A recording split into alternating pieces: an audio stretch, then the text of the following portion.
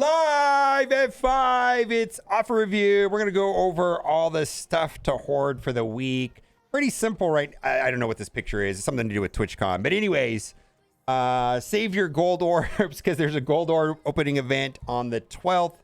Earn Alliance credits, so wait to claim your daily objectives and donate to your Alliance on the 12th until when the event starts. And then most importantly, earn Blitz credits start on the 12th. So that means save your Blitz credits from the Agatha Blitz, which is happening right now. So you want to save these.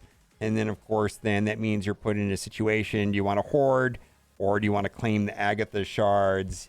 Yikes. And then can we get a dedicated events tab on the website? Actually have one place we can go that tells us when the events are happening instead having to scour through multiple tabs and rely on content creators to tell when the event... The blog post. Do you really want something that's as accurate as the blog post? Oh my God. Yeah, I mean, it's a struggle. I don't know that we could get that. That would be nice though.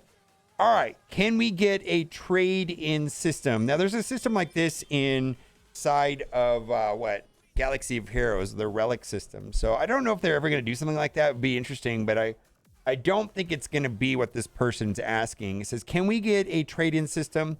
I know there's a lot of free-to-play players out there that could potentially love the idea of a system that lets you trade in. So many say a rare unique to gain one of a higher quality. Just for example, imagine if you could trade in, I don't know, 75 gold gamma uniques for even just one teal version via versa. Let's have a quick message from the community manager Whip that might have some insight on this situation.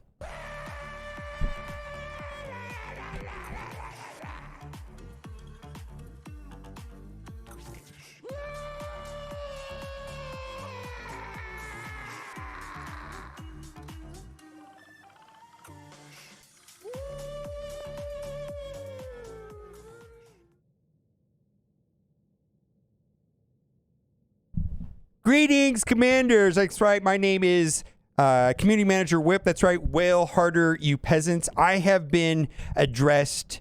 I have been summoned to read a post titled, "Can we get a trade-in system?" And I'm going to read this post word for word. Pay attention. I know there's a lot of free-to-play players. Oh, we're going to stop right there. Do you actually think I care about free-to-play players? Can we get a trade-in system? No! Wail harder. Do you know how many employees we have over here that their specific job is to frustrate you and to create artificial scarcity? Why would we unwind that? Get off my dick!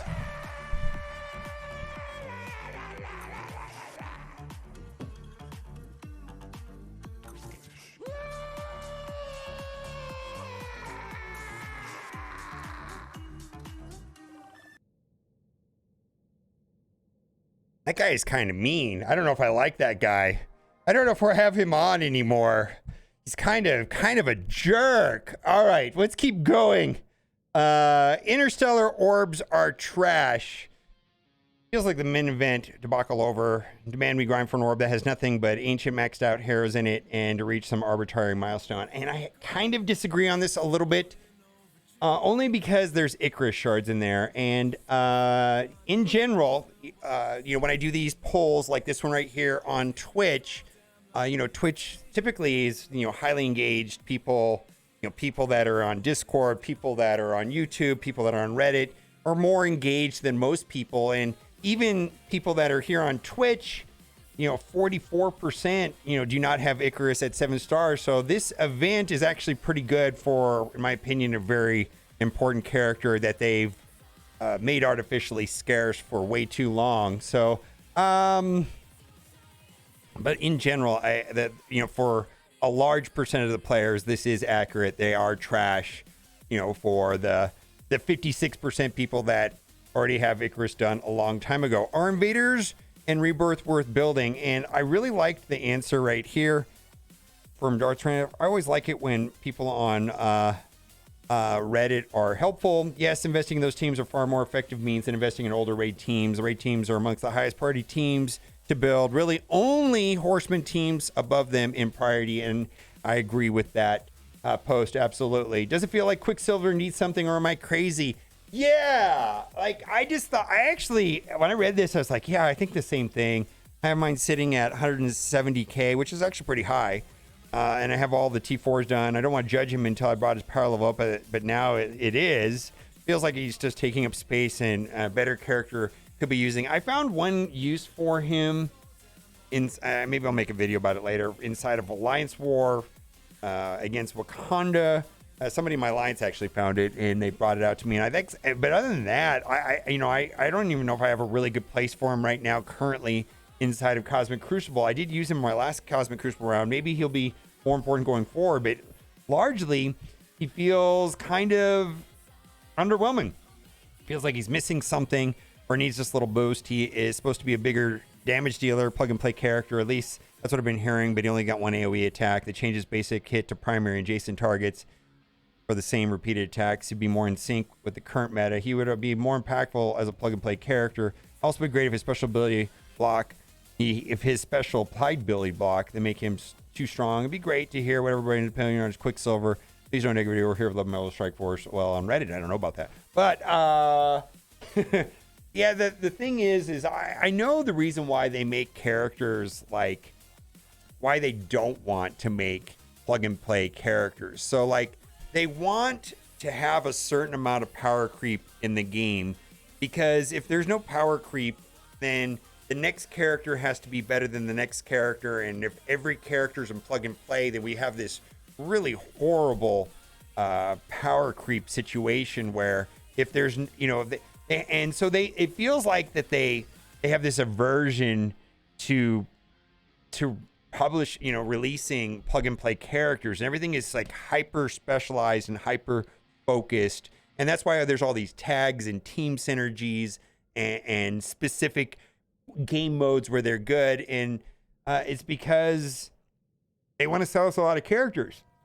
Because if every character was plug and play, they could probably only release like one a month in it. But if they're going to release as many as they do, they have to kind of make them so hyper specific and focused on a certain game mode. And Quicksilver, who's supposed to be plug and play Cosmic Crucible, in my opinion, is just quite lackluster. The cap on Raid Sim is counterproductive. I agreed. We're able to sim raids, what sells teams. It drives the build these characters higher to be more convenient getting through our daily raids. And it feels like raid teams have a shelf life of about 9 months, if I were to guess. People spend money, gold, training mats, and gear to make the team sim more reliable. On top of that, sometimes the sim just fails so that people have to spend their cores for energy and heals, redo the node. All of this is scopely fair. Why would they do a hard cap on Doom Raid sims that only get you halfway through the raid? And can't be much work to increase this, right? Well, it's not. I actually don't know the logic why they're doing this. Even we get 12 in Greeks, usually enough. We have 12 sim in every raid. Great improvement. I actually don't know what the logic is and why they have a cap on this at all. Okay, so we've got some offers.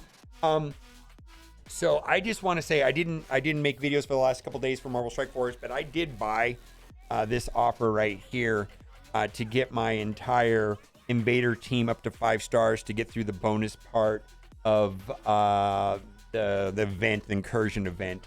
And that was worth it for me because I was on a threshold of getting some of the characters to 5, and I was able to get the entire team to 5. Whether or not that's worth it, up to you, but there's a significant amount of very scarce blue ISO 5s in that bonus round, and I found that to be very helpful in upgrading some characters so that I can move closer to having a big boy apocalypse. So do what you got to do. Now there's another offer that mirrors this that is for Captain America World War II, but there's also a secondary offer which is a little bit better right here, which is the same price. These are both $10, 10 US dollars, but this one has 50 shards, and then it has 300 power cores. If you're a purchaser of power cores, you can get 375 for $5. So this is a much better deal, in my opinion, than this one right here. Not going to buy this, but it looks like this is a part of the Cinco de Mayo, which I didn't understand most of the offers, what they had to do with Cinco de Mayo. It seems like they just, every holiday they have an offer or something, which is kind of interesting. I have no idea. See, 50 dark promotion credits. I don't really value the silver promotion credits. I'm not going to buy this, but I know some people are really like getting the dark promotion credits. And then this is super annoying if you ask me. I don't know why it is, but like in game, this is really hard to understand what this is actually doing for $5 US. But what it is that it has a 25% chance of giving 30 World War II, a 25% of a 7 red OG Iron Fist, and then 100 character shards, which that would feel bad. And then, you know, so I think that, you know, if you want to spend $5, you know, maybe getting the shards will be helpful to you and or that, but then it's random. And so there's the breakdown. It seems to me that the website is easier to understand than when you click in game, where it says 50% of the time you get this, 50% of this, so that, and then you click on each of the 50%, and then it has another 50%, then you have to do the math yourself. I wish it in game it would just spell it out like that. Let me know what you think about all of this in the comment section. And as always, thanks for watching. Keep on gaming. Let me know if you like those whip skits. Let me know. Bye. Snip.